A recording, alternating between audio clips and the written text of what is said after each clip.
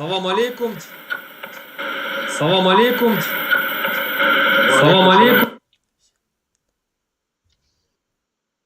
Салам алейкум, Руслан. Рад тебя Алейкум видеть салам. на нашем стриме. Решили вот для наших подписчиков провести, наконец-то провести по долгожданным просьбам, по многочисленным просьбам стрим с Русланом Сулеймановым из Канады. Так как Руслан очень силен в экономических вопросах, поэтому решили именно по экономическому блоку пройтись, потому что о политике вроде бы как освещает, ну, много кто пишет, говорит о том, что какая будет у нас экономика в будущем в Башкортостане, когда он наконец станет свободным, не будет зависеть от Кремля, об этом мало кто говорит. Поэтому сейчас поговорим, Руслан, с тобой. Если кто-то не знает, Руслан, пожалуйста, расскажи немножко о себе. Кто ты, как ты попал в Канаду? Да, добрый день, друзья. Было бы, конечно, классно провести это на башкирском языке интервью, но надеюсь, со временем это тоже получится. Но раз у нас контингент такой разношерстный и много национальностей нас смотрит, мы будем делать это все на русском языке. Да. Руслан, я еще раз... Так меня слышно, да? Мне пишут, что звука не слышно. Звук есть? Да, есть звук. Ты слышишь, да? Да. Значит, нормально все. Да, я до этого еще тебе говорил, что у меня фамилия не Сулейманов, а Сулейман. Действительно, я в 2010 году его поменял. Вот, живем в Канаде с семьей уже 5 лет здесь. Уехали по той причине, честно говоря, что в России очень тяжело стало жить. Ну, во всех отношениях. Ты себя ощущаешь, как будто ты зажатый между тисков, и ты не можешь высказаться, не можешь крикнуть, не можешь довести свое мнение до остальных. И говорить правду уже стало совсем страшно, да? Судя по тому, что вокруг все происходит. Поэтому морально больше устав, решили поменять локацию семьи для того, чтобы... Я себя еще раз слышу. Нет, это все нормально, это у меня подключил здесь. Ну, думаю, это нормальное стремление любой семьи поменять что-то в жизни для того, чтобы, ну, ради будущего своих детей. И еще один момент, это значит, захотелось посмотреть, как люди живут на Западе, потому что я понимаю, что мы когда-нибудь, дай бог, вернемся домой, и захотелось вот эти наработки, которые мы видим на Западе, та же экономическая модель, социальная модель и так далее, все это применить в будущем Башкортостане. После, ну, сейчас это модно говорить часа X. Почему? Потому что как бы в рамках той системы, которая сегодня в России есть, все это применить невозможно. Поэтому движение какое-то вперед возможно только именно после часа X, когда разрушится именно эта политическая и административная модель, которая у нас сегодня существует в России. Сам я из Абзелиловского района, из маленькой деревушки Талкускарова. Вот, потом мы переезжали с отцом, пожили вначале в Кускарово, потом его поставили директором Халилова. Халилова уехал, из Халилова в Аскарова, с Аскарова переехал в Уфу в 92 году в турецкий лицей, потом учился в УГАТУ, потом в различных компаниях работал, были свои бизнесы. Честно говоря, во многих областях разбираюсь из-за того, что пробовал себя много где. Честно говоря, особо в бизнесе меня какими-то успехами похвастаться не могу. Ну, тут можно попытаться какие-то причины привести, но в России действительно очень тяжело вести бизнес. Это я могу говорить 100%, уже сравнивать сейчас с Канадой. Вот. И потом работал последние 4 года в Москве, в крупной телекоммуникационной компании, затем мы уже уехали в Канаду. Вот предыстория примерно такая, женат, 2 сына у меня, 12 и 9 лет. Башкұртса ілешәгідмі үйде? Башкұртса ілешіге тырышабыз. Aslında aytganda ko'plar малайдар hozir inglizcha o'qiydilar. Maktabdagi inglizcha o'qiymiz. Lekin albatta boshqacha tatarcha uyda o'ylashga tirishamiz. Ko'p nimani anglaydilar, lekin javob berganda ikkinchi tilda javob beriladi. Ну, uni ustida ishlaymiz, Alloh berha. Dunyolar o'zgarib ketib, qaytib motor boshqacha o'rganib deb o'ylaymiz bolalar bilan. Amin. Тогда у меня первый вопрос. Мы будем все-таки, наверное, обсуждать сегодняшнюю экономическую модель Республики Башкортостан и будущую экономическую модель, применимую к нашему свободному, независимому Башкортостану, имеется в виду независимому от диктата Москвы. Первый вопрос такой вот. Республика Башкортостан в 90-е и в нулевых годах была регионом-донором. То есть это как бы не секрет, все об этом знают. Входил в десятку как минимум регионов-доноров. Сейчас он регион-реципиент, то есть дотационный. Вот что, по-твоему, случилось? Действительно ли наша республика такая дотационная и убыточная? Честно говоря, я сам часто скучаю по 90-м годам во всех отношениях. Правда, в то время как бы учился в школе, но было ощущение, что мы движемся Руслану вперед, Бабасову было и ощущение, Руслану что мы движемся в правильном направлении, Спасибо вам за потому вашу что развитие работу. действительно было Депой видно. салам Литве и Канаде. Также Помните, салам наверное, да, Найтрику 45 и Башкиру. Спасибо первая, за ваши скажем так, комментарии. половина правления Рахимова, она была такой очень примечательной. Даже если говорить именно про экономику, про развитие Башкортостана, я просто сам из Абьелского района, это та сторона Уральских гор. Честно говоря, у нас асфальта вообще не было в то время. Я точно помню, у отца у меня была копейка, ВАЗ-2101, и он работал в Аскарово, а мы жили мы в Халилово. У нас была не проселочная, а щебеночная дорога. И каждый раз, когда он ездил в Аскаров, наоборот, приезжал, у него колеса все были продырявлены, и каждый вечер мы сидели, латали с отцом. Я был маленький, 6-7 лет, мы латали колеса. Во время первого срока Рахимова все кардинально изменилось. У нас везде появился газ, это действительно так.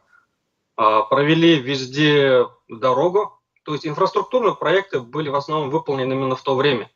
Это говорит о том, именно из-за того, что из-за перераспределения вот этих вот денежных масс, да, которые туда-сюда ходили. Если бы при Советском Союзе это не было сделано, но исходя из того, какие деньги оставались в республике в те времена, и насколько денег, мы же понимаем, что инфраструктурные объекты всегда требуют гораздо больше денег, чем что-то другое.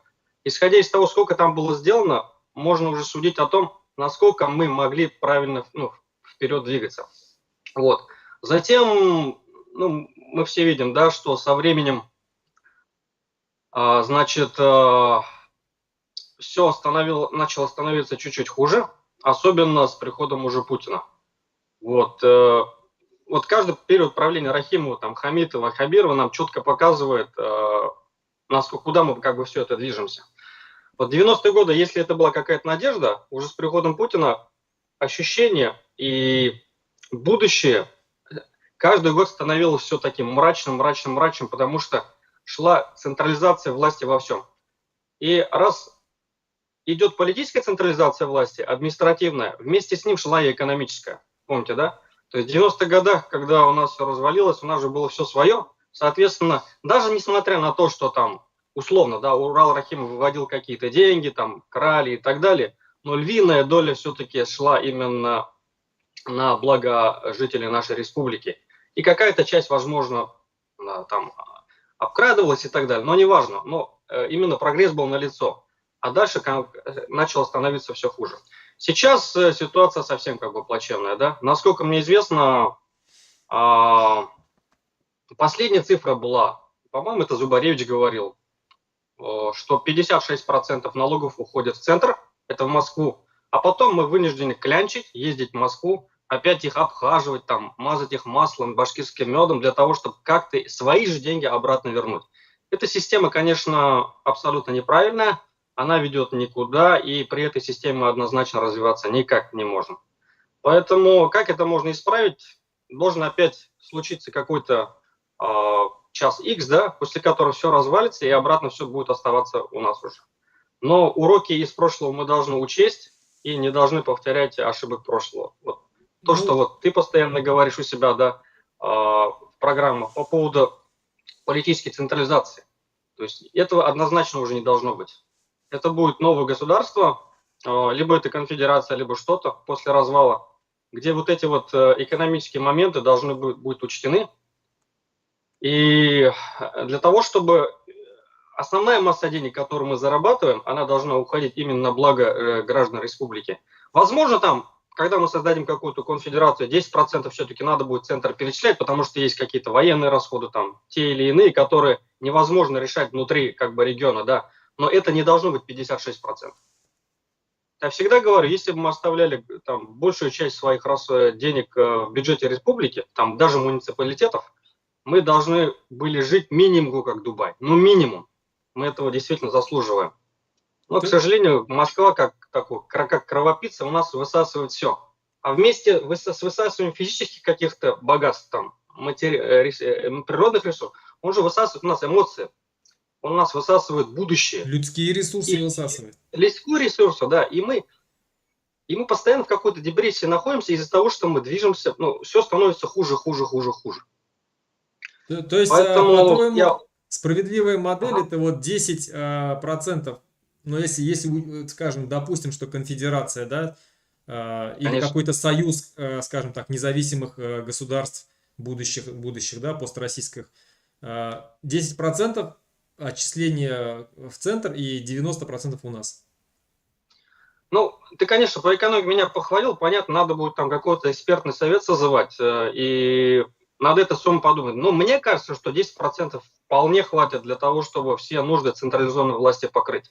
Она может работать гораздо более эффективно, но не так, как сейчас. Не так, как сейчас. Я приведу один пример, извиняюсь, да, именно про эффективность. Мы как бы с темы на тему прыгаем, но попробуем задеть многие темы. Помните, когда Хабиров пришел, Назаров пришли, по-моему, они обещали сократить госаппарат 2 раза, что ли, или 1 и 2 раза, неважно, 20%. Но у меня очень много друзей все еще работают в правительстве, я с ними постоянно общаюсь. Они говорят, у нас аппарат растет и растет.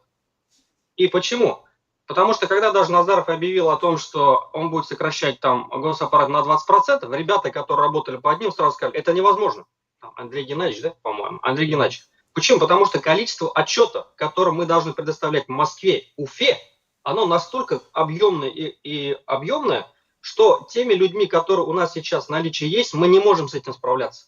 То есть они понимали, что сокращение госаппарата из-за излишней зарегулированности государственного аппарата, централизованной от Москвы до там, условно до Аскарова, да, не позволяет этому количеству людей писать отчеты.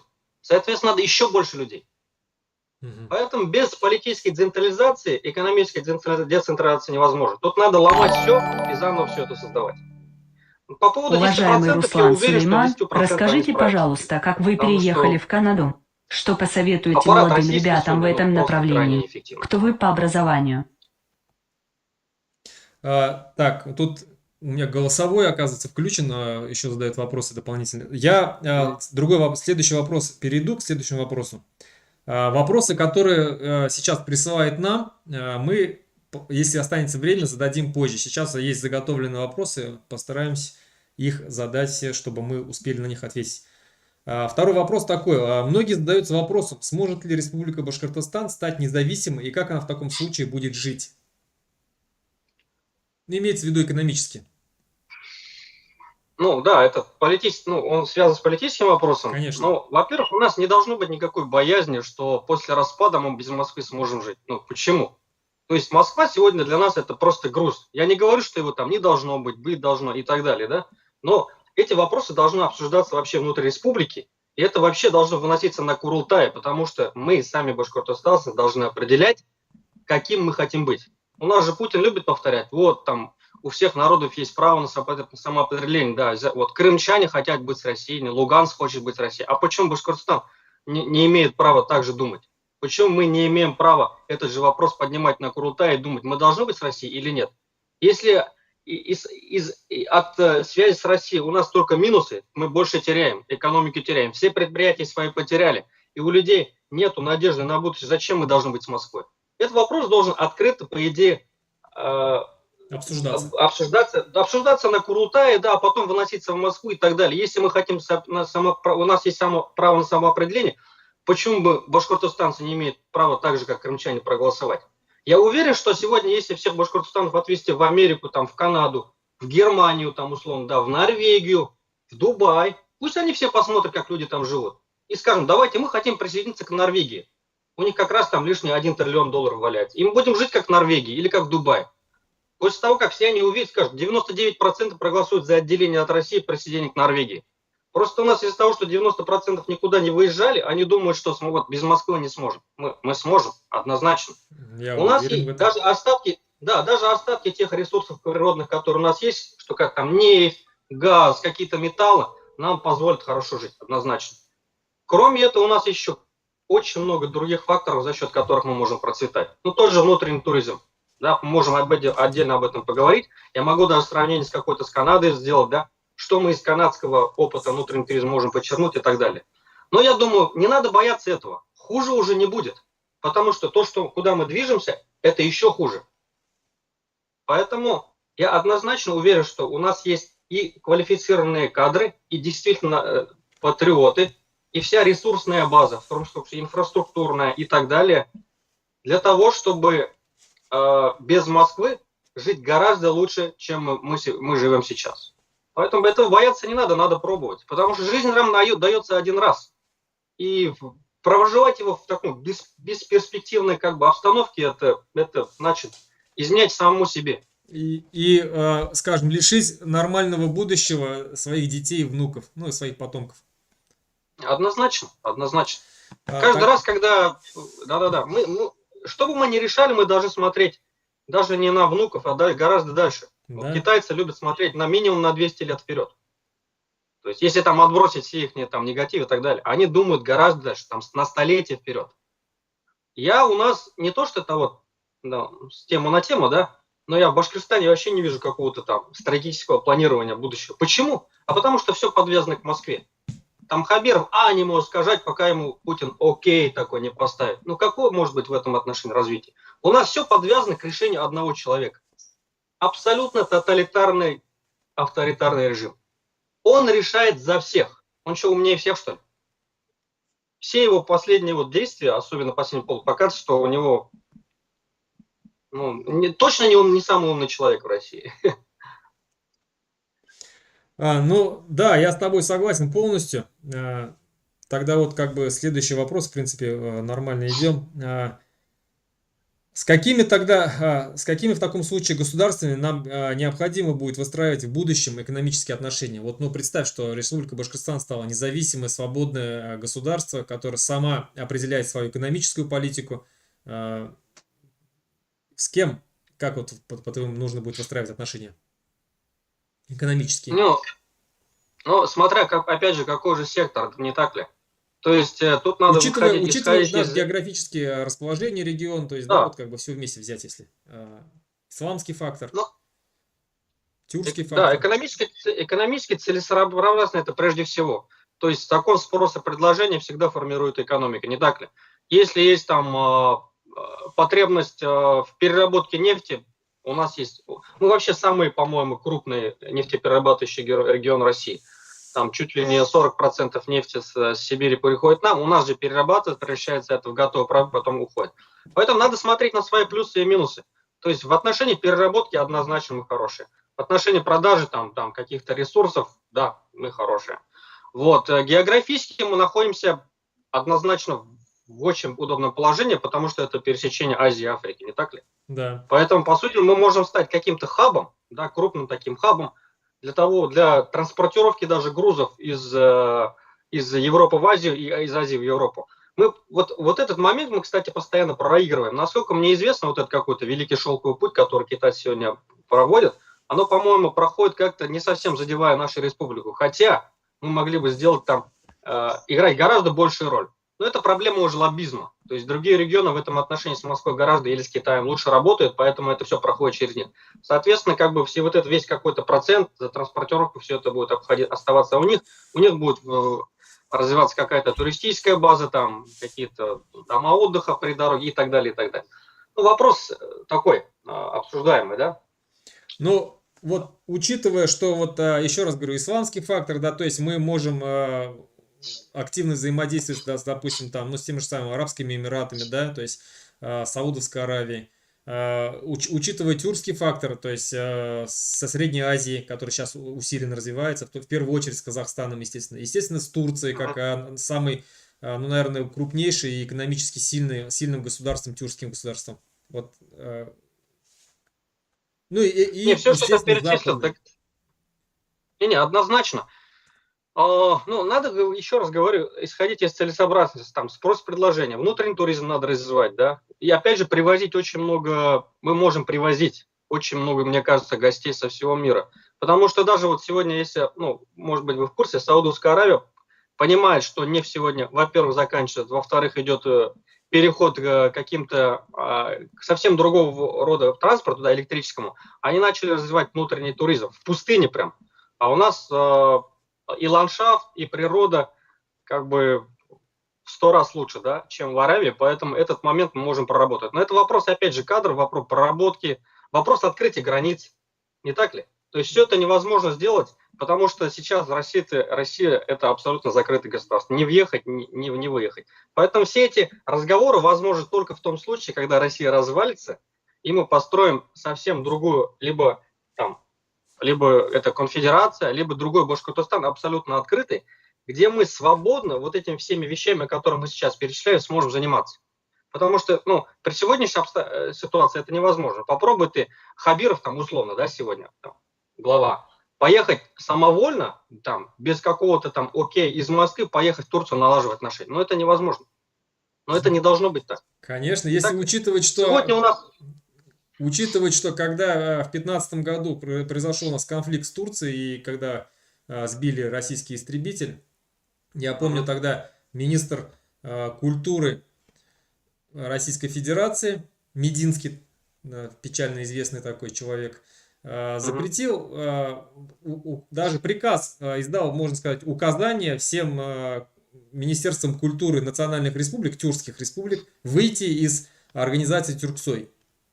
И все вышли, кроме Татарстана. Татарстан вот тогда как бы показал свой характер, не вышел. А вот я помню, что Амина Шафикова, наша министр культуры, первая побежала исполнять. Вот. Ну, к сожалению, да, это происходит. Вообще, конечно, развитие республики должно идти отдельно от вот этой политической составляющей, но, к сожалению, в нынешней России это как бы невозможно, да? Потому что люди столько времени вкладывают в развитие отношений. С той же Турцией, да, условно, мы прорабатывали, вырабатывали отношения, постоянно там держали какого-то представителя, привозили сюда инвесторов, наши туда летали. 20 лет работы под хвост из-за какого-то, ну, из-за решения одного человека. Так не должно быть. Вот на Татарстан я тоже немного обижен, потому что, ну, я вижу, что их тоже прогнули сейчас полностью. Тот же Миниханов выполняет те же приказы, точно такой же стал, как Хабиров. А раньше это уже было не так. А поэтому я немного Да, это в удивлен последнее тому, как время они, сильно заметно. как они изменяют саму себе. Они столько лет, вот я писал про это у себя в телеграм-канале, с цветами встречали инвесторов. Я помню, начиная от Исхакова, мэр города был такой, потом его в Дальний Восток послали и так далее. Каждого инвестора, там, президент, мэр встречали в аэропорту с цветами, чтобы показать свое отношение, что вот это такая республика, в котором ваш бизнес будет развиваться и так далее, мы инфраструктуру вам все подведем. Но и в конце концов что получилось? Получилась их 20-летняя работа, она пошла на смарку, потому что они сейчас, к сожалению, да, их, наверное, вынудили, опять же, исполнять волю только Москвы. Но это же неправильно. 20-летние инвестиции в будущее республики были отрезаны там одним решением Путина. Такого не должно быть. Мгм. Это как бизнес, да, вот вы вкладываете 20 лет, там всю свою душу, все свои деньги, у вас там персонал 2000 человек, и вдруг приходит какой-то, ну, рейдерский захват, и вы все потеряли. Ну, это же неправильно. Да, согласен. Вот следующий вопрос такой. Республика Башкортостан – это нефтяная и нефтеперерабатывающая республика. Но черное золото постепенно теряет свои Мгм. позиции в мире. Многие развитые страны переходят на альтернативные источники энергии. И вот вопрос такой. Сможет ли Башкортостан слезть с нефтяной иглы и развить другие сферы экономики? И надо ли это делать? Или, может быть, нам пока по инерции, пока двигаться надо будет на нефтяной модели экономики? Руслан, вопрос очень сложный, потому что то, что я сегодня вижу в Европе, в Канаде, США, дает очень неоднозначный ответ. Вот, до момента, то есть буквально до прошлого года мы могли стопроцентно там ответить, да, что да, движение в сторону там электрификации транспорта и так далее правильное с экономической точки зрения. Но буквально 2 недели назад из Норвегии поступила информация, что заправка там одного автомобиля Tesla, электрическая заправка, обходится ровно столько же денег, сколько обходится один бак бензина.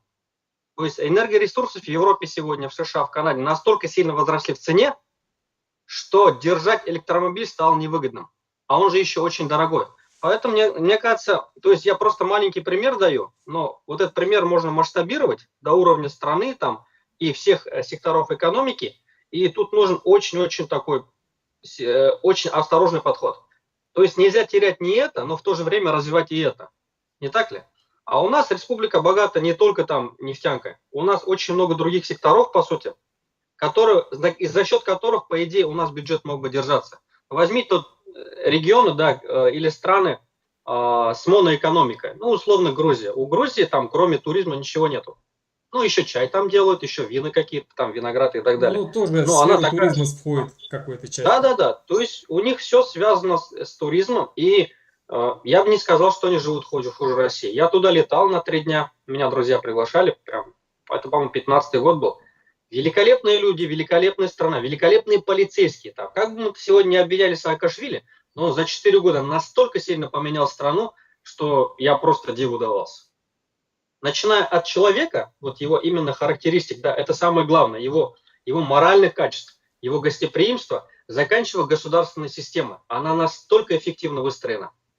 Там провели диджитализацию, да, цифровизацию всего и вся. Там великолепные полицейские, лучше, чем даже там в Канаде. Настолько вот. Коррупции не было никакой абсолютно. Но у человека же получилось за 4 года свершить. А у нас же ассоциация Саакашвили какие? Он жует галстук и все. Нет. Это абсолютно другая страна, это с другой Россия системой. так Да. преподнесла. Я Российская понимаю. пропаганда, скажем так.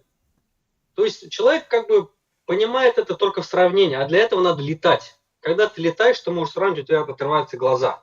А сегодня за Россию настолько закрыли, сам это из-за действия одного у нас маразматика во власти, да, что люди даже сравнивать не смогут и всегда будут, как северные корейцы, думать, что у нас лучше всех. Но это абсолютно неправильно. Ну вот Хабиров, он летал, в принципе, по миру много, но как минимум в Европе он был, и все-таки у него там дочки живут, и в Австрии, да, был. Но, однако, он, скажем, упорно поддерживает политику Путина, поддерживает войну. Сейчас еще поддержал призыв Кадырова набирать еще добровольческие отряды, да, батальоны какие-то. Как вот, ну вот человек посмотрел мир, однако хочет жить именно вот в такой вот ущербной экономической модели, в которой сейчас находится Российская Федерация. Ну, смотрите, в России вся эта вертикаль власти строится, исходя из принципа, там, как сказать, какой я, такие все остальные, как бы, мои слуги, да, там. Поэтому, посмотрев на Путина, можно понимать, какие у нас губернаторы, и вплоть до там главы муниципалитета. Они все по образу своему созданы Путиным. По одному лекалу, поэтому да? это как бы, да, лекало это неуместное сравнение. Я даже не про Хабирова вообще не хочу говорить, честно говоря, это такой. Но у них нет, я что скажу, у них нет стратегического видения. У них нет никакого стратегического видения. Мир меняется. К Западу я тоже очень отрицательно отношусь, но они приняли принципиальное решение убрать Путина и искоренить всю эту систему. Этим надо воспользоваться, потому что я как-то это могу пережить, да, но я хочу лучшего будущего для своих детей, для своих внуков, для детей и внуков всех башкортостанцев. Там, неважно, башкиры, татары, русские и так далее. Поэтому в этом отношении я поддерживаю Запад, пусть они Путина уберут, всю эту систему уберут, и мы сможем построить гораздо лучшее будущее для наших детей и внуков. Ну вот как раз, если возвращаться к вопросу о туризме, вот у нас все-таки Республика Башкортостан называют жемчужиной Урала. С приходом Хабирова, до Хабирова много говорилось о том, что нужно развивать внутренний туризм и так далее, но я особо не вижу, чтобы как-то все это продвинулось с мертвой точки. Ну, если есть подвижки, то очень и очень слабо, потому что недавно читал там посты наших уфимских блогеров, которые пытались там съездить куда-то наш Зауралье, там Шульганташ, допустим, даже, который недавно отстроен там центр. Ну и говорят, что как бы нормальных условий нету, даже элементарно в туалет сходить, как бы, да, то есть условий нету. Вот сможет ли у нас Республика Башкортостан развить это экономический туризм, что для этого нужно сделать? Хотя бы вот, чтобы стать как Швейцария, да? Да, ну, Руслан, смотри, когда только я переехал в Канаду, я увидел, насколько здесь развит именно внутренний туризм. Я про это писал очень много постов, и, по идее, даже Салавата Нафикова сюда приглашал, когда он, по-моему, был что, Госкомитет по туризму или предпринимательство возглавлял. Потому что Салавата я знаю с детства, у нас папы были директора, мы с ним, ну, в каком-то отношении даже, скажем так, друзья, приятели, да, мы общались очень долго, с детства. Я ему говорю: Салават, приедь сюда, я тебе покажу Канаду, как здесь развит внутренний туризм, как она работает. Вот у каждой провинции есть такая система, там, provincial parks, провинциальные парки, где есть четкий регламент, есть четкие правила, четко выстроенная инфраструктура. Даже, как сказать, написание там букв, да, во всех этих провинциальных парках, она одинаковая, какой-то шрифт там соблюдается и так далее. Все настолько хорошо предусмотрено. Поэтому в отношении развития внутреннего туризма в Башкирии мы постоянно пытаемся изобрести велосипед. Я вижу, что они хаотично что-то развивают, что-то действительно получается, что-то не получается, но системного подхода ко всему Башкортостану и ко всем его паркам и примечательностям, да, достопримечательностям, системного подхода нет. А это надо делать. И это может осилить только государство. Тут понятно, как бы, вот основная, как бы, не то что жалоба, да, а боязнь, то, что частников оттуда отводят, получается, там малый бизнес не развивается и так далее. По Шурганташу вот, было очень много жалоб. Я видел у Андрея Баталицына какой-то репортаж, они там какой-то новый, Да-да, по-моему, частники музей всех построили выгнали, и так говорят. далее. Частники остались без работы, понятно, там по какому-то лобби кто-то другой приехал, но это все можно формализовать и очень грамотно организовать. Очертить какие-то правила, внутри которых этот частник должен действовать и так далее. И тогда вреда никакого не будет. Поэтому в этом отношении я уверен, что Башкортостан очень сильно может развить внутренний туризм. За счет него, кстати, товарооборот внутри республики очень сильно увеличивается, а любое движение денег идет только в плюс. То есть вот когда мы говорим о внутреннем туризме или вообще о развитии внутренней экономики, самая главная ставка всегда делается на внутренний спрос. Вот любим говорить: о, надо продать сюда, экспортом заниматься. Да, экспорт важно и так далее. Но в любом случае минимум 70% оборота бюджета, да, в республике, оно происходит именно за счет внутреннего потребления. Поэтому нам самую большую ставку сделать надо на обогащение своей же нации, да, башкортостанцев, чтобы они тратили деньги свои внутри республики, чтобы никуда не надо было ездить. А для этого как раз все эти вот институты, да, туризма и все остальное надо создавать, чтобы это оставалось внутри. И все. Если это грамотно организовать систему, да, приехать в Канаду посмотреть, в Германию съездить посмотреть, просто его скопировать, никто же нам предъявлять суд, наверное, не будет из-за того, что ты его копируешь, да, то ситуация может в корне как бы измениться. И я верю, что мы это однозначно сможем сделать. Вот я, кстати, спасибо, знаешь, Путину за что? За то, что мы все уехали из республики. Вот ты уехал, да, я уехал. Очень много ребят я знаю. Вот когда на Куштам было стояние, мы же тут организовывали столько как бы событий. Ну, я попытался всех башкир за рубежом как бы на себя взвалить, да, мы организовывали там с Америкой, там, в Германии, где только нет. И эти ребята, они лучшие, да. Они видели мир, они видят, как что та или иная система функционирует в мире, и они готовы все приехать домой назад после того, как эта система развалится, и работать даже не ради денег, именно ради хорошего будущего для нашей республики. Вот этот момент как бы хороший. То есть, слава богу, мы уехали, мы посмотрели, и мы готовы с этими знаниями и запасом багажа приехать и попытаться развивать нашу республику. Ну вот я по поводу, вот многие спорят там, как будет, какая модель вообще нашей республики Башкортостан, имеется в виду, какая фишка должна быть, да, у республики Башкортостан. Я считаю, что так как наша республика, еще раз, как правильно ты заметил, находится на стыке Европы и Азии, тюркская культура, мусульманская культура, и окружена она, скажем так, да, то есть, ну, если брать с запада, то Татарстан, как бы, а с других сторон все равно, как бы, большинство русских областей, то мы, как бы, вот, я считаю, что все равно, как бы, если брать Татарстан, он более, скажем, такой европейский, европейская у него модель развития, не азиатская, а вот именно что, если брать в европейской части, по-моему, азиатской модели больше ни у кого и нету, ну, может быть, калмыки только. Вот, и мы могли бы вот именно показать европейцам, да, тем самым, тем будущим туристам, которые к нам будут приезжать, там, допустим, из Московской республики, да, то есть из прибалтийских стран, из западных стран каких-то. Именно вот какое-то сочетание европейской модели, азиатской модели, восточный какой-то стиль, все вместе. Вот я считаю, что вот в этом наша фишка. То есть мы должны вот это показать, сочетание. Не Европа, но и не Азия. Какое-то что-то вот такое. Ну, это вопрос, как бы, надо делать мозговой штурм. Вот все умы должны вернуться, те умы, которых там пытались прессовать в Башкортостане, в будущем Башкортостана.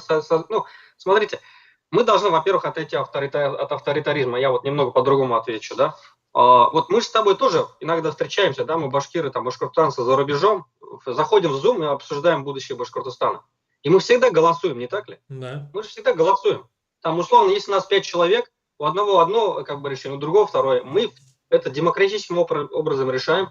И если даже, допустим, твоя точка зрения победила, а я по-своему там, ну, моя точка нет, но я с уважением принимаю твою точку зрения, потому что основная масса за это проголосовала. В этом отношении все процессы в будущем Башкортостана должны решаться коллегиально. Не так, да, там Хабиров сидел и решил. Такого не должно быть. Есть какой-то в каждой области там деятельности человека должны быть мозги, которые должны взвесить все плюсы и минусы, а потом уже думать, как развиваться. То же самое с туризмом, который ты сейчас говоришь.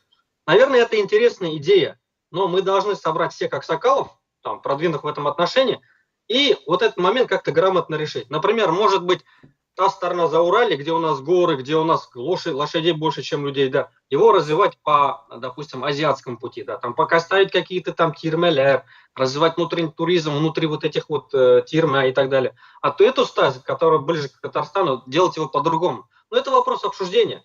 Это вот, когда все это развалится, у нас будет столько работы, как мы спать не сможем. Как Арестович в начале войны, вот там, да, он говорил, спал 2 часа, да, у нас несколько лет, возможно, придется спать по 2 часа для того, чтобы очень много вопросов решить и как-то сдвинуть свою... Как Заки Валиди писал в воспоминаниях, его правительство спало очень мало, но они были настолько заряжены энергией, вот это вот действием вот этой вот современной политической, на тот момент политических действительностей, то есть они не спали практически.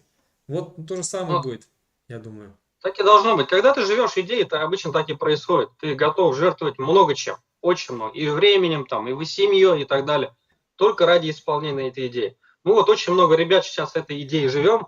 Дай бог, чтобы Всевышний дал нам шанс использовать вот эти все наработки, мысли для построения лучшей страны.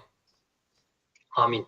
Аминь, да. Вот как считаешь, вот у нас, ты же знаешь, да, что у нас в Республике Башкортостан все крупнейшие предприятия ушли московским олигархам, друзьям Путина. То есть, да, Башнефть ушла Сечину, да, то есть Роснефть, УГМК там, другим, там, кто там у нас? Потом Салават нефтеоргсинтез ушел Газпрому, ну и так далее, да, то есть, вот как ты считаешь, возможно ли их вернуть? И вернем ли, и как это будет происходить? Это очень такой важный вопрос, потому что многие задают этот вопрос. Что будем делать? Как будем возвращать наши стратегические предприятия? Начну с прошлого. Я всегда думал о том, можно ли было бы их оставить, во-первых. Да, я думаю, можно было бы оставить. Рахимов был действительно такая мощная личность, но, конечно же, были ошибки. Одной из ошибок было опять решать вопросы в кругу узких людей либо сам, и, конечно, были какие-то личные интересы. Если бы изначально республика выстраивалась, исходя из того, что власть, как у нас в Конституции сказано, принадлежит полностью народу, и все делить с народом, и решать с народом, то вот эта ситуация тогда бы никогда не возникла. Потому что Москва же пристанула, забрала условно Башкирдитбанк, да, одни выборы. Следующие выборы они забрали Башнефть. Следующие выборы они забрали СНОС. То есть, чтобы оставаться там бабай у власти, приходилось оставать самые крупные предприятия. Это было неправильно. Если бы он сказал, мой народ против, и народ тогда бы вышел против Москвы, против каждого несправедливого решения, то у нас все предприятия остались при себе. Но у нас, к сожалению, принято под столом вопросы решать, а потом это объявлять народу. Это было неправильно. Если бы изначально все выстраивалось на других взаимоотношениях с лидером власти и с народом, этого ситуации не было. Но что было, то было, мы уже все это потеряли. И потеряли это очень несправедливо. по любым там, и либо по законам, либо по понятиям, которые у Путина есть. Потому что если ты хочешь выстраивать хорошие отношения, доброжелательные и долгосрочные, и искренние, оно не должно строиться на силе. Сегодня у нас Россия строится на превосходстве силы кого-то над кем-то, не так ли? Там могут подтянуть ФСБшников, там, Росгвардии и так далее. А после этого у тебя отношение к Москве никогда не будет хорошим. Этого не должно быть. Поэтому у тебя, кстати, этот футболка как В, кажется. Окей. Только верхняя часть видна. Я думал, неужели это Z или вы, думаю, надел. Ладно. Вот, я думаю, мы этот вопрос с вами тоже обсуждали. Вот ты правильно, мне кажется, упомянул о том, что надо создавать какую-то комиссию. Мы беспердельничать не можем, потому что мы идем демократии какой-то, не так ли? Поэтому надо создавать комиссию, посмотреть, насколько справедливо они были отобраны. Но, я думаю, это должно заканчиваться однозначно национализацией. Крупнейшие предприятия Башкортостана, они должны служить только всему населению. Я еще дальше больше скажу. Эти предприятия суперрентабельные. Суперрентабельные. То есть, мне кажется, мы в будущем Башкортостана должны открыть счет каждому нашему жителю. И в конце года, это же предприятие государственное, вся прибыль, которая была заработана за счет этих крупнейших компаний, которые мы национализируем, все деньги должны упасть на счет каждого башкортостанца. Безусловный базовый доход, ты говоришь, да, о нем? Да, нет, даже не это. Это, я в русских, кстати, начал забывать. От акций, облигаций всегда бывает какая-то прибыль, которая распределяется в конце года, там, компании, не так ли?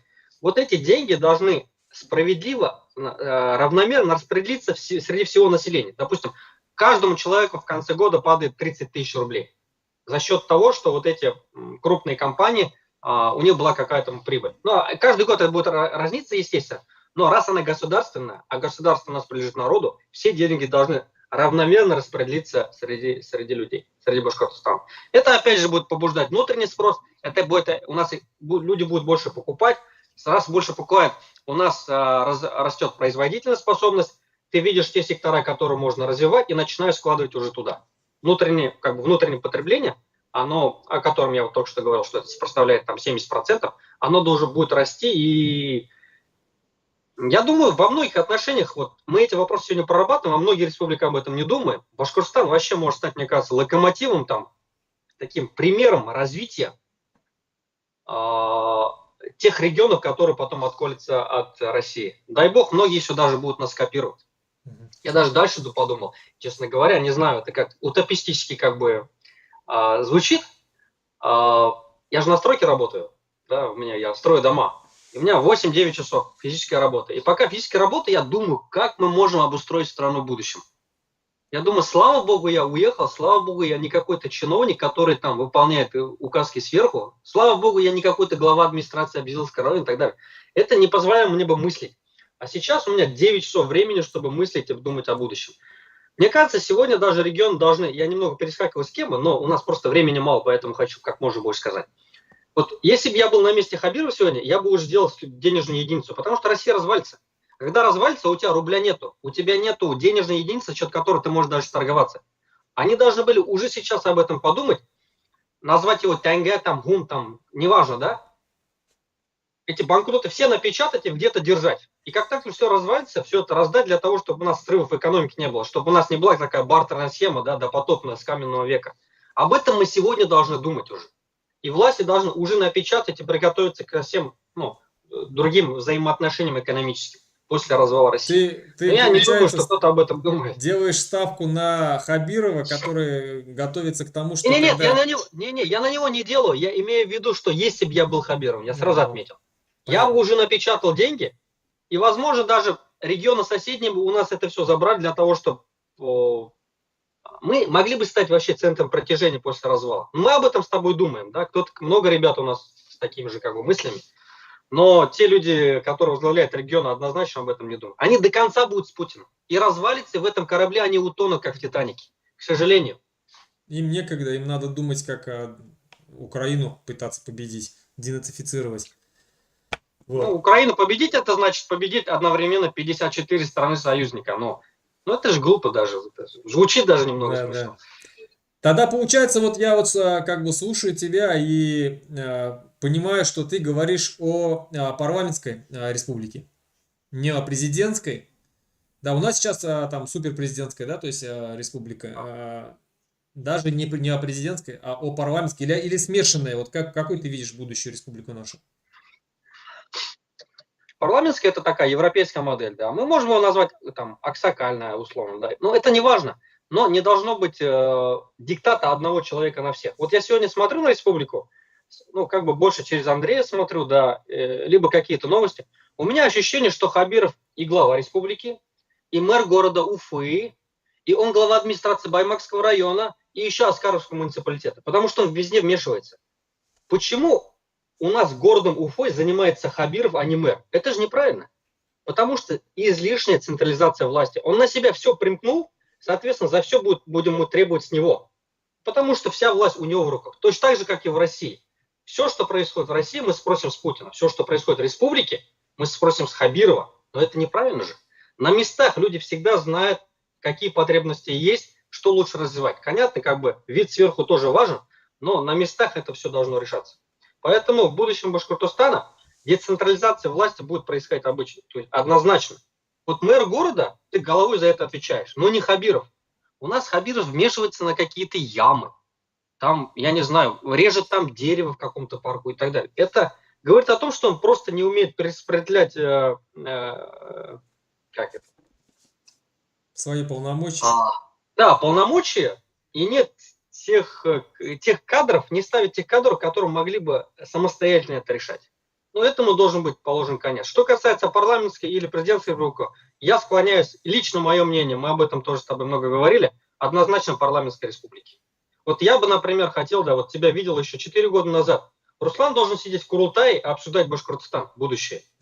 Ты, Алсынов, вот эти все лидеры должны были быть минимум сидеть в Курултае и говорить о будущем, потому что вы реальные патриоты, и я вижу, насколько у вас переживает сердце, у вас там закипает кровь, да, когда вы видите те вещи, которые происходят в Башкортостане. Я вижу, что и от вас, вот, да, от нас там, не знаю, про себя не говорю, я такой мелкий человек, да, но такие люди должны именно возглавлять республику, какие-то комитеты, Курултай и говорить о будущем развитии. Вот, поэтому все это должно быть согласовано, все должно быть совет какой-то, да, каждый вопрос должен подниматься на советы и коллегиально решаться, но не так, как сегодня. Вот, например, я еще одну как бы мелочь скажу.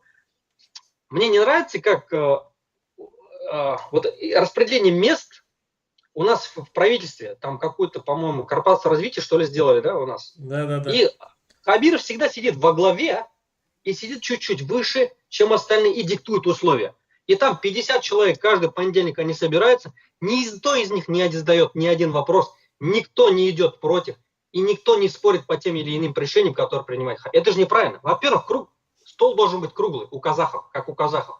Потому что у нас есть мнение, важное мнение каждого. Ты не должен возвышаться над другими. Когда ты круглый стол делаешь, это автоматически делает тебя равнозначным членом. Однозначно, конечно. Каждый имеет право высказаться. Там должны быть какие-то супер дебаты и так далее. Но у нас же такого нету. У нас чистый авторитаризм, что в России, что в Башкирии, что в муниципалитете. Такого не должно быть. Ущемляется как бы мнение умнейших людей. Дай бог, вместе с кончиной России мы положим этому конец. И дай бог, мы выстроим совсем другие взаимоотношения для принятия решений во всех властных структурах нашей прекрасной, иншалла, республики. А вот, по-твоему, какие сильные и слабые стороны вот Башкортостана? Сильные и слабые. Сильные, я думаю, это народ прежде всего, сильное. Мы все еще любим хвастаться Куштау, но это как бы действительно то состояние, да, то событие, на котором мы можем опираться для того, чтобы среднюю температуру по республике посмотреть. Не все потеряно, моральные качества, да, профессиональное, какой-то гражданский долг, отношение к природе, отношение друг к другу у нас действительно очень хорошо развито. Я знаю очень много ребят, которые могли бы привнести как бы свою часть в развитие Башкортостана. Поэтому я считаю, что самое главное это наш многонациональный народ, вот, за счет которого мы сможем делать какой-то рывок. Все остальное второстепенно. Потому что имея как бы такие кадры, дай бог, да, которых мы сможем вывести наружу, даже если у нас была пустыня, как у арабов, мы мы могли бы превратиться там, как Маяковский говорил, да, здесь будет город-сад 4 года. Поэтому все остальное второстепенно. У нас очень много хороших кадров, которые готовы вернуться. Я лично со многими общался из Москвы, великолепные там есть. Минимум уровня шикарного премьер-министра, много ребят, которых мы должны возвращать. И я думаю, мы сможем их уломать и вернуть, дай бог, после того, как известные события произойдут. Вот. Мы должны все вернуться, Руслан. Ты, я, там все. Будем уговаривать всех. Вот. И после часа X мы должны все возвращаться и все свои знания, опыт, который мы здесь получили, пустить на развитие нашей республики. Да, надо будет пожертвовать много чем, но это того стоит. По-другому жизнь скучная. Вот вчера мы с женой сидим, обсуждаем. Настолько же в Канаде жизнь скучная. Ну, тут же все хорошо. Я его как бы критикую, есть минимум. Канада тоже движется к тоталитаризму, авторитаризму, Трюдо там вообще никакой. Ну, здесь моего сердца нет. Я сижу, смотрю, все хорошо, вся система зал. И настолько скучно жить. В Башкортостане не так. Когда с ребятами собираюсь, начинаю что-то обсуждать. Там люди, они более теплые отношения, понимаешь? Это совсем у нас другая республика, совсем другие люди. Вот здесь что я потерял? Ну, я временно тут живу, я его рассматриваю как проживание в Канаде, как набирать опыт для того, чтобы использовать у себя дома. Дай бог, я думаю, мы все должны собраться домой.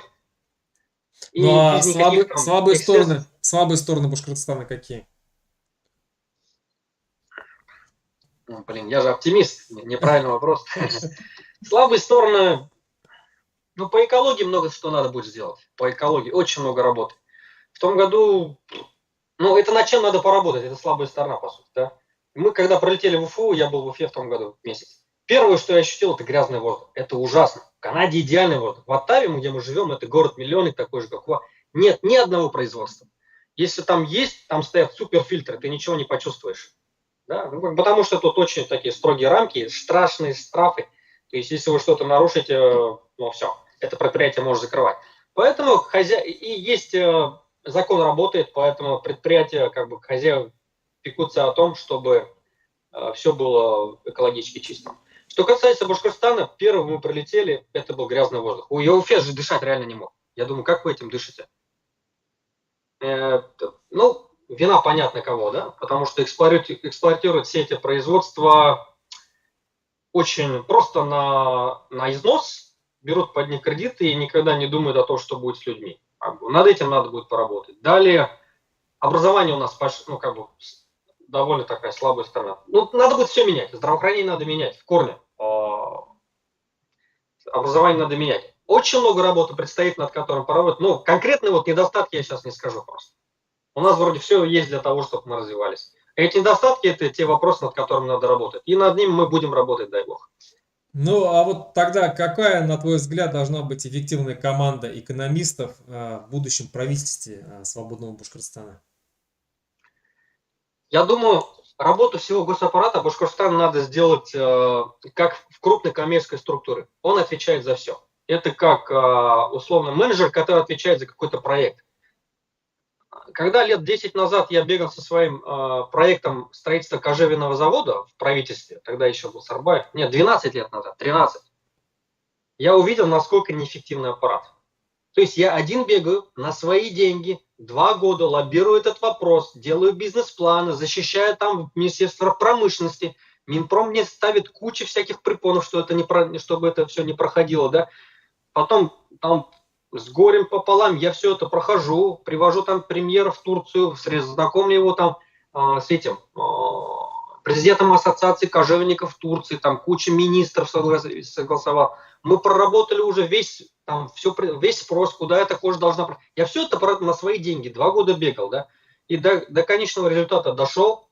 И все это время там куча ребят с Минпрома, с правительства звонят мне: Руслан, как у тебя двигается проект, как двигается? То есть их вся работа построена на том, чтобы от меня получать какую-то информацию и все это двигать наверх. В то же время они помочь мне никто не может. То есть за счет меня кормятся 4 каких-то госработника, да, которые просто пишут рапорта наверх. Такого не должно быть. Они все должны быть менеджерами, каждый из которых отвечает за какой-то проект. И у них должна быть минимальная зарплата. Ты сделал этот проект как коммерческую структуру, доделал это, получаешь большие какие-то гонорары. То есть система должна выстраиваться эффективная по образу крупных коммерческих компаний, но не так, как сегодня. Естественно, отчетность мы все уберем. У нас не надо будет отчиться ни перед Москвой, там, возможно, даже какие-то моменты перед Уфой. И в то же время мы должны сделать цифровизацию всего и вся, для того, чтобы очень многие как бы промежуточные звенья мы можем убрать. У меня вообще как бы складывается ощущение, что весь госаппарат мы можем засунуть только в Белый дом, он будет гораздо эффективнее, нежели то, что сегодня у нас происходит с тем аппаратом, который раскидан наполовину Уфы. Надо просто его оцифровать, убрать вот этот московский контроль и так далее, и какую-то систему вести. Это возможно сделать. Я уже с программистами переговорил, 2-3. Я говорю, ребята, возможно это сделать? Конечно, это без проблем. Эти ребята, это наши башкиряты, там, да, башкуртар, или неважно, башкортостанцы, которые работают за рубежом. Кто-то живет, и у меня есть друзья, которые в Силиконовой долине, да, в Сан-Франциско, вот в Лос-Анджелесе. Я им вопросы задавал. Они говорят, это без проблем, все это можно сделать. Поэтому, да, главное, чтобы возможность нам представилась для того, чтобы взять управление республикой в свои руки и сделать все это. Это все реально. А вот, ну тогда предпоследний вопрос, вот сильные и слабые стороны, это вот западной экономической модели, вот, да, вот ты живешь на Западе, что можно оттуда перенять, как бы, да, в нашу республику, которая, ну, на сегодняшний день и не восточная, и не западная, и вообще непонятно какая серая экономика. Вот, для экономики Башкортостана что можно перенять с Запада? Вот у турков есть хорошая пословица «Аклын йолы бирдир». Ну да, «Акылдың йолы бир». То есть всегда есть разумный, самый прямой и эффективный как бы, решение для какого-то вопроса. Поэтому здесь, я думаю, должно быть примерно так же. Допустим, мне нравится в Канаде это реальное разделение властей. Сейчас это, конечно, сильно пошатнулось после ковида, да, после того, как Трюдо тут начал немного другую повестку двигать. Но до Трюдо и даже сейчас я вижу реальное разделение властей. Вот, это очень важно, то, что мы должны перенять.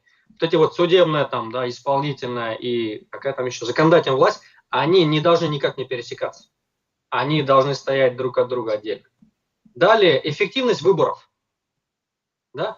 Выборы действительно, они здесь честные. Вот. И побеждает тот, кто действительно побеждает. Это во всем западном мире так. Ты вот сейчас живешь в Литве, Эстония находится очень близко. Ты, наверное, знаешь, что Эстония, она маленькая страна, у которых нет вообще там никаких полезных ресурсов, живут за счет, я не знаю, каких-то дотаций ЕС, там, плюс рыбу, по-моему, ловят, как, ну и так далее. Такие мелкие производства есть. Но у них вот это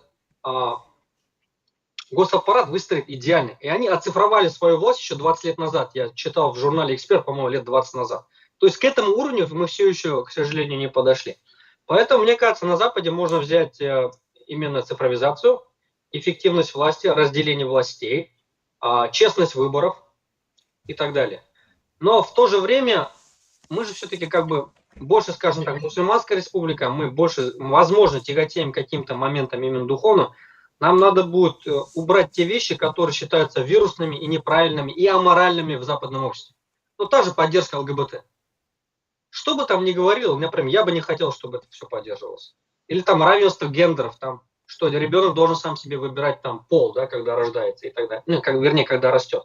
Поэтому много-много вещей аморальных, которые мы сегодня видим на Западе, мы однозначно должны от них отречься. Вот, и идти как бы по Святому Писанию, которое у нас есть. Неважно там ислам, христианство, иудаизм, да. Потому что как бы вот эти 10 там заповедей, они везде одинаковые. Мы должны их соблюдать, одновременно развиваться экономически, как западная страна, и демократия также. Поэтому вот я думаю, ну, вышеперечисленные вещи мы должны брать, и те вещи, которые считаются аморальными, неправильными и так далее, которые приводят потом к всеобщей катастрофе, да, которые описаны в святых книгах, там типа Содом и Гоморра, вот их мы должны отречься и развивать очень гармонично нашу республику. Тут сейчас перейдем к вопросам. Тут очень много вопросов накидали. Ну, очень много тебе салам передают, Руслан. Давно ждали. Алейкум салям. Некоторые Рад пишут, всех видеть, слышать. Ага. Некоторые пишут, что готовы вернуться из США, строить нашу республику. Да, много таких. И из США, и из Европы, и из Москвы. Я лично знаю очень много ребят, десятками, которые, каждый из которых может занять министерское кресло. Ну, реально так. Угу. Я еще, когда давал интервью «Миллиард татар» в прошлом году, говорил, что, по сути, каждый из нас же был волком-одиночка, ты там, я здесь, там, ну, и так далее. Но сейчас все это пытаемся как бы соединить, у меня даже правительство было сформировано в прошлом году. Мы там с некоторыми отскоками будущее Башкортостан сформировали, мы расписали каждое место, кто должен где работать. Оно сильно отличается от той шутки, которую ты прислал у себя, тот самый Башкорт. Помнишь, там твои читатели прислали там президент, там, всех министров и так далее. Там почти там двое только возможно, или трое есть из тех, кто там есть. Потому что есть...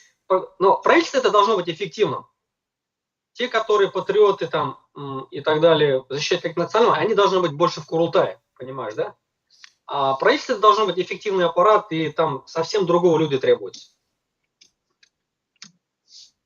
Алейкум салям, там все, кто привет передавал, да. Вот вопрос тогда, будет ли у нас своя валюта и как она будет называться?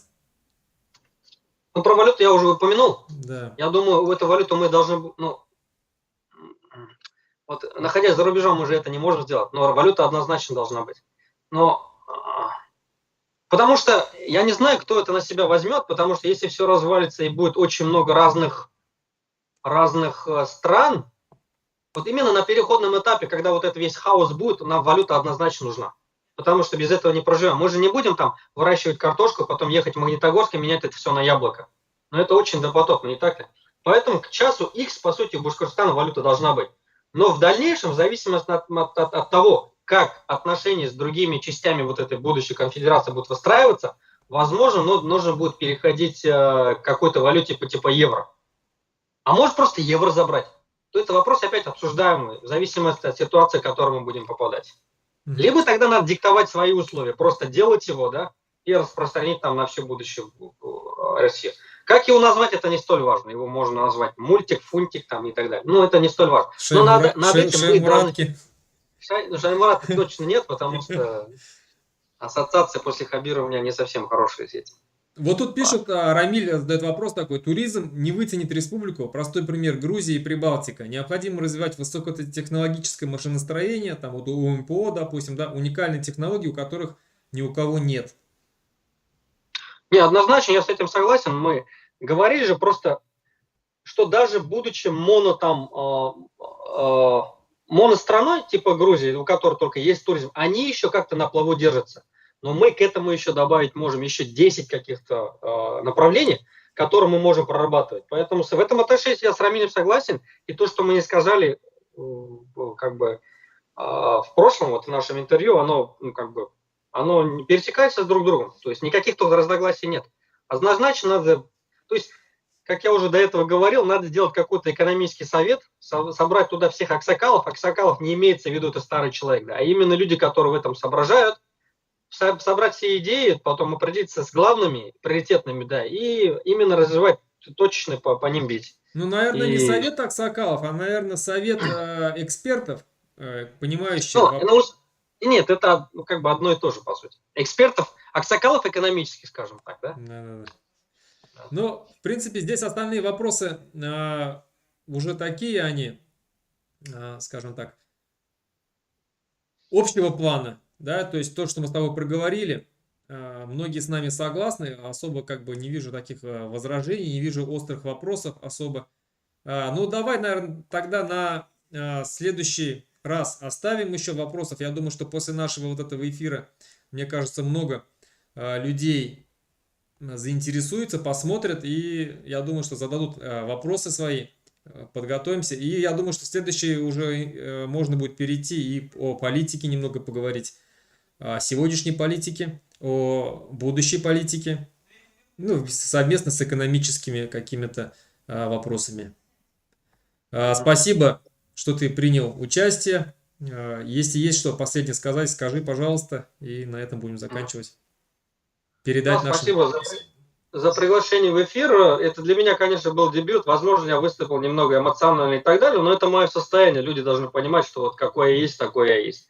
Иногда, возможно, перегибаю палку, но я верю в абсолютно другой Башкортостан, который будет минимум на уровне Дубая. И я знаю, что у нас есть ресурсы, есть мозги и все для того, чтобы все это осуществить. И второй момент. Люди не должны очень смело мыслить. Очень смело надо мыслить. Не надо мыслить в рамках как бы той Российской Федерации, которая у нас сегодня сформирована. Там слишком много лимитов и границ. Надо всегда за них выходить. И как сказать... тогда мы гораздо такой более, скажем так, как сказать, те вещи, о которых мы даже не могли подумать, да, мы можем сотворить их в будущем Башкортостана. Поэтому я верю в наших людей, я верю в наш потенциал, я верю, что все это получится. И надо понимать, все должны понимать, что эта Россия развалится, и на его месте мы все должны построить гораздо более развитое во всех отношениях, начиная каких-то с человеческих вещей, да, моральных и так далее, и заканчивая экономически, другое какое-то строение, в котором мы будем гордиться жить, и в котором будут гордиться наши предки.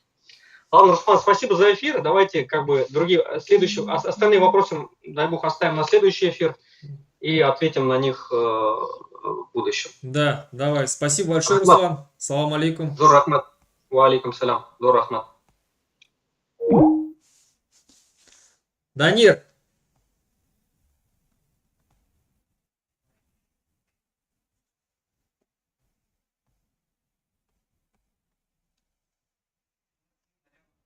Данир.